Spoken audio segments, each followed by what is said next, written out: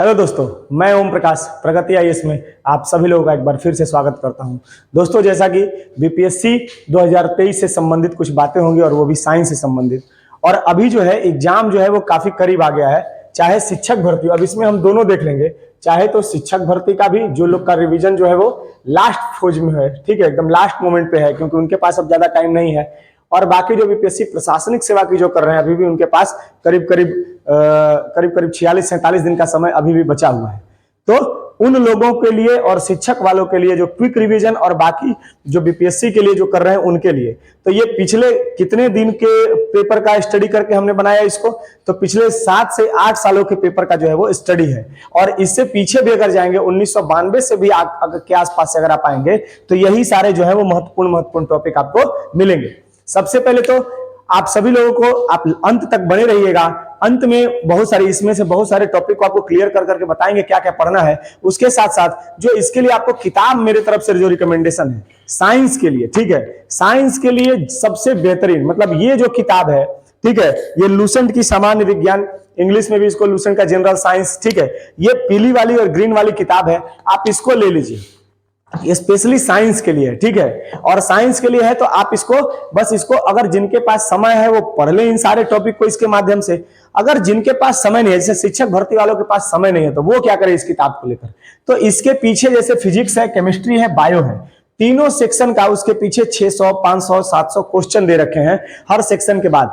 उन सभी 500, 600, 700 क्वेश्चन जो है उन सभी प्रश्नों को एकदम रट जाना है दोस्तों। कितना दिन लगेगा? 2 से 3 दिन लगेगा, 3 नहीं 4 दिन लगेगा। 4 दिन में आप इतना 600 करीब 2000 सवाल रट लेंगे। इसके साथ साथ और क्या क्या करेंगे, तो एक प्रीवियस बीपीएससी प्रशासनिक सेवा की जो प्रीवियस ईयर का पेपर है 1992 से लेकर और वर्तमान तक, अगर नहीं तो 2010 तक भी, आप उसमें जितना भी प्रश्न आया है पिछले वर्षों में साइंस का, दोस्तों एक भी प्रश्न उससे बाहर नहीं आएगा। आज तक बीपीएससी में नहीं आया है तो शिक्षक भर्ती में क्या ही आएगा, ठीक है। तो मेरे तरफ से जो रिकमेंडेड है, आप लोग बात मानिए, आप लोग से रिक्वेस्ट कर रहे हैं, आप लोग बात मानिए और देखिएगा निश्चित सफलता मिलेगी। निश्चित आपको साइंस में अगर 20 प्रश्न आएगा, आप केवल ये किताब और प्रीवियस ईयर वाला फॉलो करेंगे, आपका 20 में से 15 से 18 क्वेश्चन सही होने की गारंटी मेरी है। वो मैं गारंटी लेता हूं क्योंकि उसी तरीके से मेरा भी बार बार हो जाता है, ठीक है। तो आइए अब फिजिक्स में आपको टॉपिक जो बता देते हैं। बहुत दिन से डिमांड आ रहा था कि सर साइंस का टॉपिक बता दीजिए, साइंस का टॉपिक बता दीजिए। आपके पास अभी भी 12-13 दिन है, आप इसको रगड़ दीजिए, इतने सारे टॉपिक को आप रगड़ दीजिए। तो सबसे पहले फिजिक्स में क्या देखना है? प्रकाश। प्रकाश में क्या क्या? प्रकाश का परावर्तन, प्रकाश का अपवर्तन, ठीक है, दर्पण, लेंस, ठीक है, जैसे लेंसों से पूछता है कि आंखों में कौन सा लेंस, दर्पण से पूछता है कि समतल दर्पण, उत्तल दर्पण, अवतल दर्पण। उसके साथ साथ पूर्ण आंतरिक परावर्तन, प्रकाश का प्रकीर्णन, है ना, समुद्र का नीला दिखाई देना, सूर्य डूबते सूर्य और उगते हुए सूर्य के समय आकाश का लाल दिखाई देना, ये सारा चीज तो ये आप देख लेंगे। यांत्रिकी में क्या है? अब यांत्रिकी में दोस्तों सदिश और अदिश राशि, अदिश और सदिश राशि, ठीक है, ये आप याद कर लेंगे।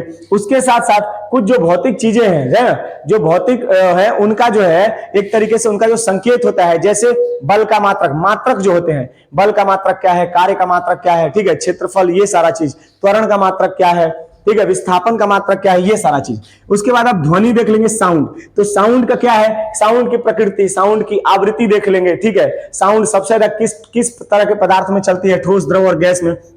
फिर विद्युत चालकता से निरंतर प्रश्न पूछे गए हैं, ठीक है, जो चालकता, अर्धचालक, अतिचालक और चालक, ये सब चीजों से, विद्युत चालकता से हमेशा एक प्रश्न आता है और छूट जाता है। आप अभी पढ़ लीजिए इसको, बढ़िया से पढ़ के जाइएगा, 1 नंबर हो जाएगा। उसके बाद किरणें जो है, जैसे एक्सरेज है, ठीक है, जैसे गामा रे है, इंफ्रारेड है, ठीक है, रडार हो गया, उसके बाद अल्फा है, बीटा है, इन सब यूवी रेज है, इन सब किरणों से क्या क्या मानव जीवन पर प्रभाव पड़ता है, इनका उपयोग कहां कहां होता है, इनके लाभ क्या है, इनके हानियां क्या है।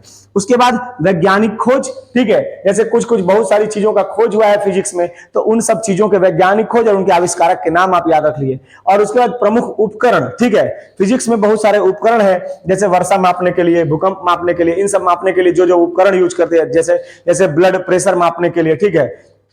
तो ये सारा चीज आप उपकरण देख लीजिएगा। और फिजिक्स इतना से बाहर नहीं आने वाला है, आप ध्यान रखिएगा, इतना से बाहर बिल्कुल फिजिक्स नहीं आएगा, आज तक नहीं आया तो अब क्या आएगा। उसके बाद आते हैं केमिस्ट्री में। तो केमिस्ट्री में क्या क्या है? तो पदार्थ की अवस्था। अब पदार्थ की अवस्था कौन कौन सी होती है? तो आप पढ़े होंगे पदार्थ की ठोस, द्रव, गैस, ठीक है, ठोस, द्रव, गैस, ये सब। तो ठोस, द्रव और गैस समझ लेंगे। फिर समझ लेंगे अम्ल, क्षार और लवण, ठीक है। तो एसिड, बेस और जो है साल्ट होता है, इससे संबंधित। तो एसिड में देख लेंगे जैसे प्रमुख प्रमुख फसल होती है ना, जैसे नींबू में कौन सी एसिड होता है, टमाटर में कौन सा होता है, ये सारा चीज आप देख लेंगे। उसी तरीके से इन अम्लों का उपयोग देख लेंगे, जैसे बैटरी, सल्फ्यूरिक एसिड, ठीक है, कौन कौन सा मिश्रण होता है, ये सारा चीज। उसी तरीके से क्षार का उपयोग, लवण का उपयोग देख लेंगे। फिर आएंगे परमाणु संरचना, ठीक है। तो परमाणु संरचना में इलेक्ट्रॉन, प्रोटॉन और न्यूट्रॉन से मिलकर परमाणु बने हुए हैं। इनका समस्थानिक देख लेंगे, इनका संभारिक देख लेंगे। आइसोटोप्स और आइसोबार से निरंतर प्रश्न पूछे गए हैं। फिर इलेक्ट्रॉन की खोज किसने की, प्रोटॉन की खोज किसने की, न्यूट्रॉन की खोज किसने की, ये सारा प्रश्न निरंतर पूछा गया है। फिर आ जाएंगे दोस्तों तत्व, यौगिक और मिश्रण। तो तत्व क्या होते हैं, यौगिक क्या होते हैं, मिश्रण क्या होते हैं। मिश्रण जैसे पीतल किस किस का मिश्रण है, स्टील जो है, ठीक है, ये सब किस किस चीज का मिश्रण है। तत्व क्या होता है, तो तत्व जो मूल तत्व मतलब कोई मिलावट ना हो। यौगिक जो है एक किसी खास रेशियो में मिलावट हो। और मिश्रण का क्या होता है, किसी भी तरीके से बनाकर कुछ भी बन जाए।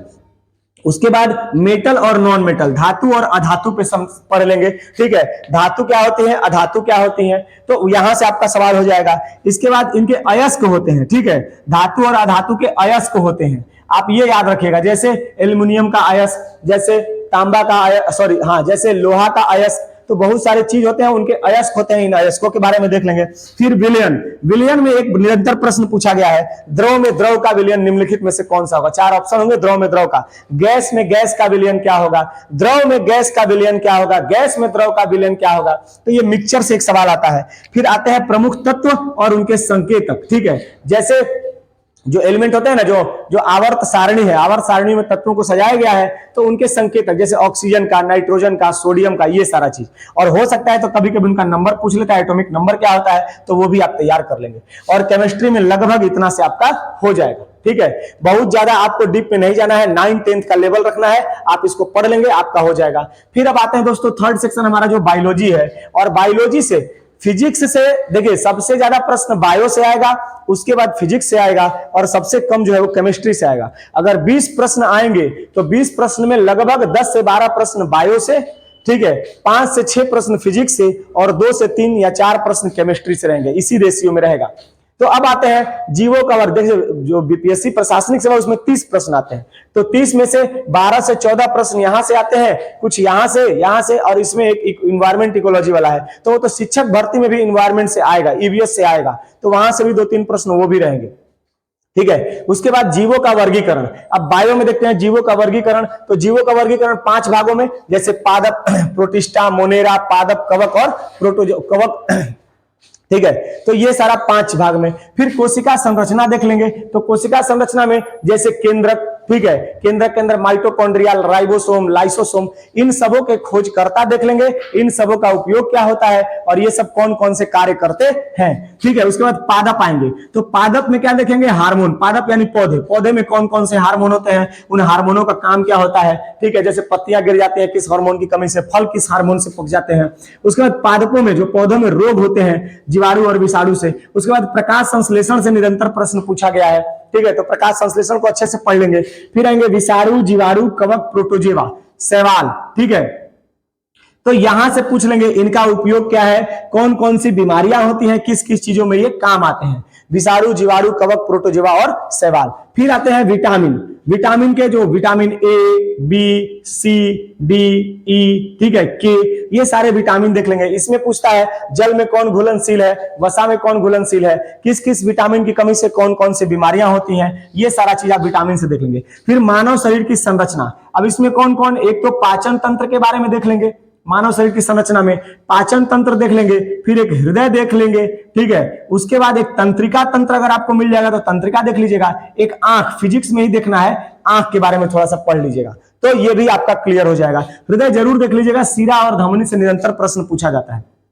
फिर मानव में रोग पूछता है, तो मानव में विषाणु से कौन से रोग होते हैं, जीवाणु से कौन से, कवक से, प्रोटोजोआ से, इन सबों से कौन कौन सी मानव में बीमारियां होती हैं और उन बीमारियों का उपचार क्या क्या है। फिर जैव विकास देखेंगे, तो डार्विन का सिद्धांत, लेमार का सिद्धांत, ह्यूगो डे व्रिज का सिद्धांत, किस प्रकार से जीवों का विकास हुआ, ठीक है। और लास्ट में देखेंगे ब्लड ग्रुप, ठीक है, ए, ओ, ए, बी और बी।